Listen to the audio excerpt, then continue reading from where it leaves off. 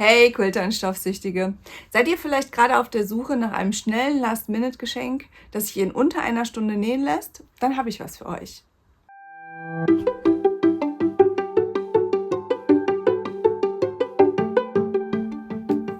Das hier ist mein neuestes Schnittmuster What the Fob. Es besteht aus 6 verschiedenen Foundation Paper Piecing Designs, aus denen sich diese süßen Schlüsselanhänger nähen lassen. Sie lassen sich in unter einer Stunde nähen und sind somit ein wunderbares Mitbringsel für die nächste Party. Du hast noch nie Foundation Paper Piecing genäht? Dann schau mal in den Text unter diesem Video, dort verlinke ich mein FPP-Tutorial. In diesem Video zeige ich euch die einzelnen Designs und beantworte auch noch ein paar von euren Fragen. Los geht's! Das Schnittmuster What the Fob besteht aus insgesamt 6 verschiedenen Designs, mit denen ihr diese Schlüsselanhänger gestalten könnt. Wir haben ein Streifendesign mit Längsstreifen. Wir haben verschiedene Flechtmuster hier, die ihr umsetzen könnt. Und auch nochmal die Möglichkeit, Diagonalstreifen umzusetzen mit 2 verschiedenen Breiten. Das Schnittmuster ist so ausgelegt, dass es mit 32 mm breiten Schlüsselanhängerenden funktioniert. Das sind ein Viertel Inch.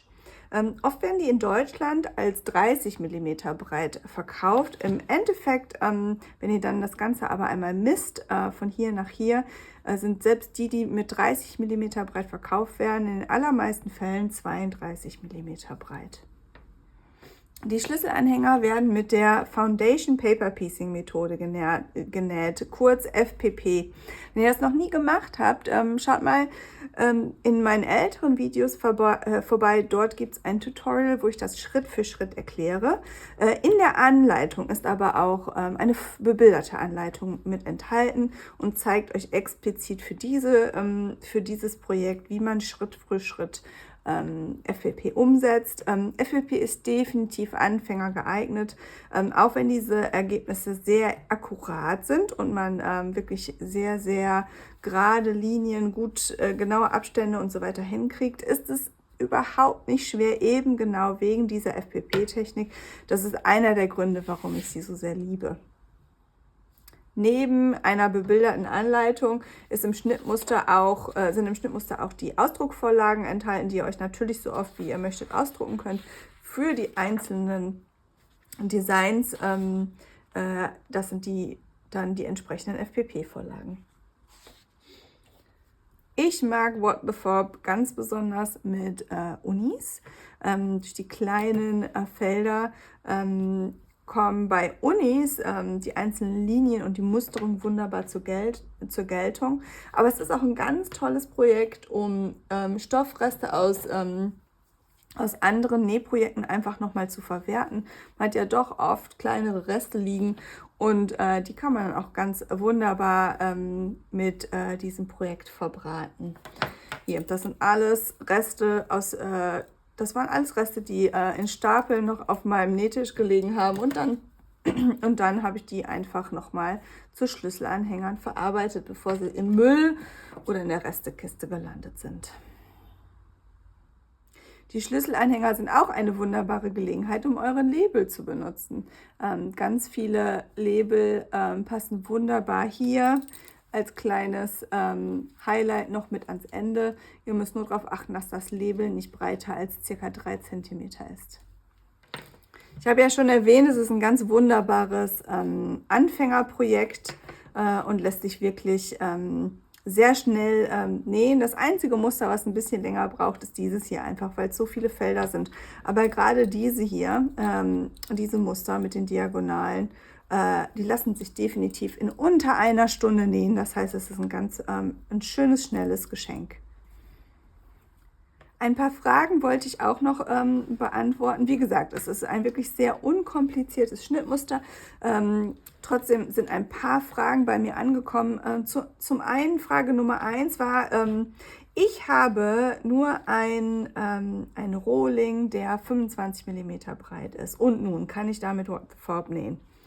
Ja, das kannst du. Du musst dann aber deine Vorlage mit einer anderen Skalierung ausdrucken.